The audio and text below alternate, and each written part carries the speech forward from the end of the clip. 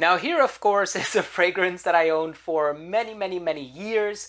I just never got around to reviewing it, surprisingly enough. This one is Neroli Portofino by Tom Ford, part of the private blend lineup. It came out back in 2011, so it's been out for like 12 years now. I'm excited to finally be giving you my thoughts on this classic release, so make sure to stay tuned.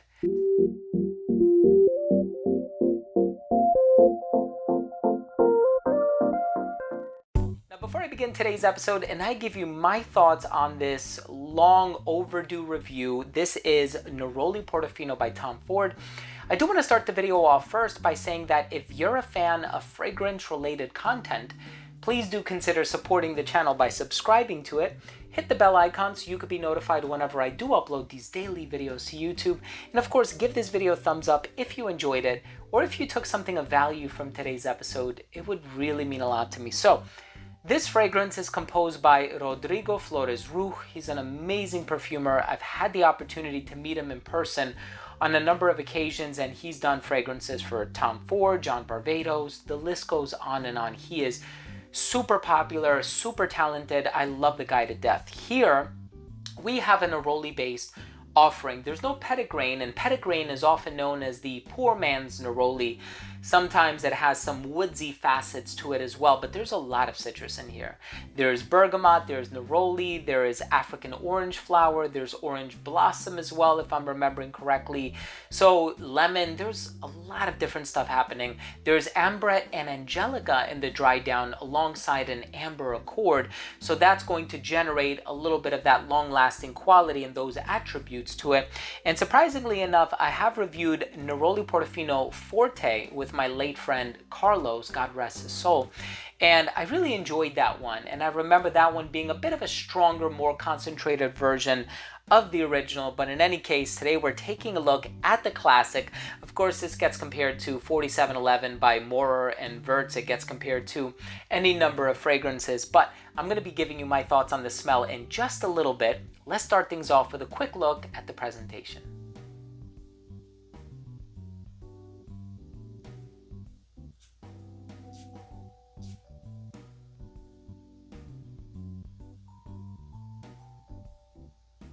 So right in the opening of this fragrance, you are going to get the namesake of this fragrance, which is Neroli.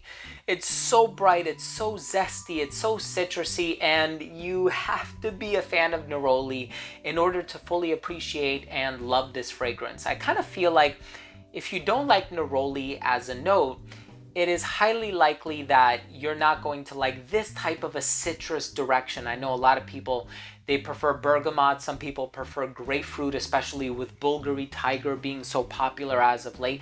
Some people like yuzu. Of course, we have Yuzu Fu by Parfums d'Empire. We also have L'Eau de Ses Pour On by Issey Miyake. So we have a lot of different types of citrusy ingredients, but here you have Neroli with some orange blossom, some lemon, some bergamot, some orange. This is a very well-rounded citrus fragrance, and it has a lot of really wonderful ingredients to it. Now, it also has angelica in the dry down, so that gives it a little bit of an aromatic, floral type of an appeal, and I feel like that goes hand in hand with the citrus very nicely, as a matter of fact. Now, the amber that's in here, that amber accord, is very subdued. So you might get something a little bit perhaps on the resinous side of things, but it's totally overshadowed by the citrus. You're not going to get it until like 30-40 minutes into the development of this fragrance anyway. And really what it does is it's there to give it a backbone and to give the fragrance sustenance and endurance. That's it, right? It's not there to shape the overall smell in a significant way, because it is all about the neroli. So you are going to get a whole lot of citrus, but in the dry down, you do get a little bit of that ambrette, which some people compare to the smell of pear or musk, or it just smells a little bit sweet at times as well, maybe with a bit of a vanillic overtone, but I don't get anything sweet from this fragrance. As a matter of fact, the citrus is the name of the game, and because of how citrusy it is, the projection is fantastic, the longevity not so great. So a lot of people go as far as saying they get like 3 or 4 hours longevity from this fragrance. I've had my bottle for a number of years, and I will say that whenever I apply fragrance, I always do several sprays on clothing, And I think it's those extra sprays that I do on clothing that generate that longevity for me. So I always get upwards of like 7 or 8 hours, even on a bad day, and even with some of the most underperforming fragrances in my collection. But nevertheless, Neroli Portofino, I've had this bottle in my collection now for, what has it been, like 8 or 9 years. I've had it for a very long time. I'm glad that I finally got around to reviewing it, and I hope you enjoyed today's review. Let's go ahead and finish things off with my overall assessment.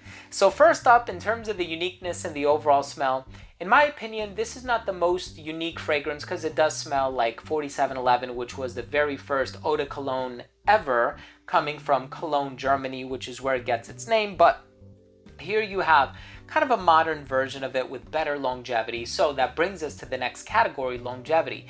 For me personally, I get 5 to 6 hours on skin. Not great. Of course, there's a lot of other Tom Ford private blends like Tobacco Vanille and Oud Wood and Noir de Noir and just a ton of others that I get really good longevity from. This one, of course, is down a little bit lower on the totem pole, if you will. Projection was amazing for the first 45 minutes of application, radiated well beyond an arm's length, like an arm's length and a half. It became an elbow's length scent right around hour 4, a skin scent right around hour 6, 5.5 or 6 or something like that. In terms of the versatility, perfectly unisex, great for casual scenarios. Citrus is always good for a formal scenario as well, so you can go with that too.